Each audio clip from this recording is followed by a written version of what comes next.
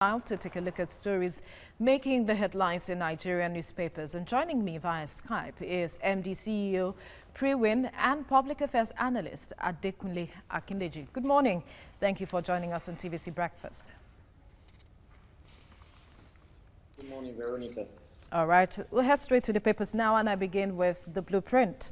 INEC keys into COVID-19 protocol, creates e-platforms for submission of nomination forms, tracking campaign finance, engagement with stakeholders, meeting with party leaders, briefing of observers. Commission releases timetable for Edo-Ondo gubernatorial elections. And to the news direct now, COVID-19, WHO suspends trial of hydroxychloroquine as treatment as global cases hit 5.49 million. Nigeria records 8,068 cases. To the Daily Times now, declining GDP recession looms as Nigeria's economy grows marginally by 1.87%. Agriculture, ICT, major non-oil contributors in the first quarter of 2020. Experts urge federal government to direct credit facilities to critical sectors of the economy. NECA projects economic contraction in second quarter of 2020. We'll look at that story shortly.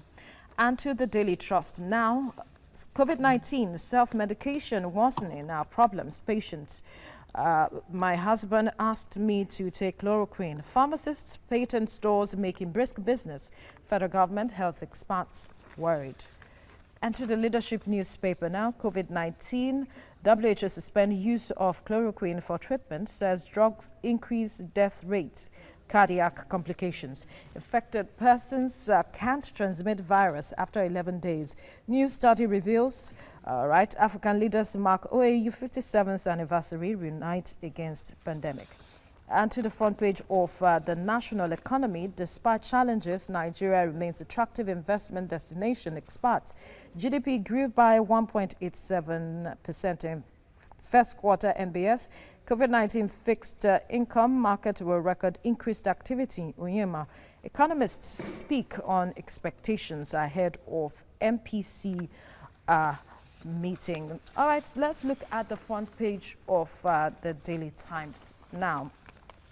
Talking about the economy grew marginally by 1.87%, and one of the major contributors is agriculture ICT. ICT specialists, where I want us to focus on saying that you are an expert in that field. How does this come to you, saying that information and communication technology is a major contributor to the first quarter of Nigeria's GDP?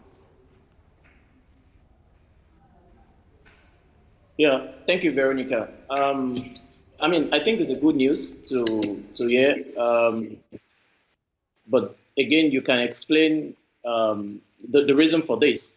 You would recall that this is not just peculiar to our markets. If you check global markets as well, whether in Europe or in America, Asia, anywhere, you will find out that in the last 2 months, the growth that has been witnessed majorly has been in the technology sector. And that's because people who play in that sector are not really affected by the COVID or by the pandemic that we have around. Rather, the need for their services or the need for their provision or kind of businesses has increased.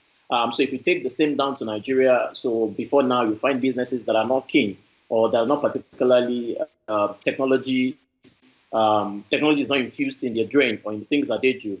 But now there is a search for people to be able to do business and leveraging on technology-based oriented solutions. So that can account majorly for the reason why we found a growth in that sector.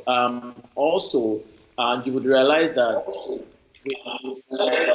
we now have a lot of, if you would like, freelance consultants who either have lost their job as a result of COVID or have been let go for whatever reasons. So majorly, one of the easiest sector to go into, either as a trainer or as a freelancer worker, will be technology-oriented environment. So that will increase the revenue that you're able to get, especially in FX denominated. So yes, so for Nigeria, I think it's a good news. But more importantly, is we cannot leverage on this just little growth that we have seen. I think there is a need for us, if we must grow as a nation, to Focus diversify from on. sectors. If I may interrupt your thoughts, that is where I want us to focus on leveraging on this growth to boost the economy or contribute to the economy as it stands now, because there's been forecast everywhere that a recession is looming. Can we build on this now to perhaps revamp the economy moving forward? Yes, I think it's a perfect time for us to do that. I think it's a perfect time for us as people to now look for areas where we can generate revenue, and as government as well. And I think there is no better time for our government and individual to begin to invest in technology-driven business or in technology-oriented environment, whether from resources, from training, from technical know-how, so that we can depend less on oil-based economy to, I mean, and it's not just technology alone, but what we found out that across the value chain, technology seems to be the bedrock. So if we can invest in that sector, whether in terms of infrastructure or in terms of training or in terms of knowledge exchange, Nigeria will be on the path to growing and grow another sector of economy that can generate good revenue for us. Now, another aspect is that a lot of persons have said that Nigerians are yet to really embrace technology or even understand the workings of technology. You see how advanced countries are going, talking about AI, that is artificial intelligence, and perhaps the government also has not also appreciated the use of technology, but for the pandemic, which seems to be changing our lives now. What measures can the government put in place to perhaps begin to encourage people to begin to see the need for technology? It's talking about perhaps introducing this to schools. What do you see moving forward if we are to grow with regards to this? So I think one of the important thing that needs to come out of this COVID is our policy. We need to go back to our policy and a change in policy. So, for example, we now know that it's possible for us to be a contributor to any program without necessarily going to the office. So the cost of running that can be put into other things. For different businesses, we now know that we can scale down, not necessarily have people in the offices, right? And then still allow them to be able to provide services to people. So in terms of policy, whether from HR point of view, a lot of things has to change. People are not going to be paid or are not going to be viewed in terms of performance only when you come to office. So when you look at it from policy point of view, government must spend certain amounts of the budget or certain amounts of the money that they have in providing infrastructure that will facilitate the business of technology, as it were. Is until one of those things are in place in terms of infrastructure that you can begin to build either services or product on it. If we are still struggling with the issue of power, if we're still struggling with the issue of internet, it will be very difficult for us to play, let alone competing with other countries. How do we break the barriers, especially with regards to the issue of networks, internet, like you rightly pointed out? A lot of persons are saying that that is one major issue that has to be dealt with. So, I mean, relatively, if you ask me, I think power is the greatest that needs to be dealt with. But if we move on, the next will be the infrastructure around the network. I think that government needs to open the market the more. Let there be competition. I've always emphasized for that. So having 3-4 players in an economy like ours is injustice. So when we have more people coming into play in that space, it will bring about healthy competition. And then people playing in that sector will know that there is a need to provide a quality service. But you know, when you are left with little or nothing, you have to make do with what you have. So the minute we by way of policy, allow for more players to come in, allow private sectors to play in, allow individuals who have got the resources to set up this, you would begin to find out that the quality of service that people, because it's purely demand and supply issue. You spoke about the issue of power, which has been a major issue in Nigeria.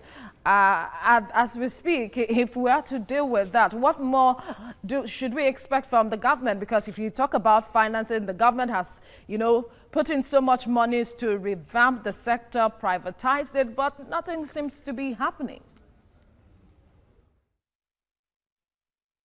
one of the issues that we have in the power sectors are the player playing in that sector. We've not found enough liquidity or enough investment in that sector, and it's very simple. So I know for a fact that some of the meters that we have, if we bring it down home, are not smart meters, right?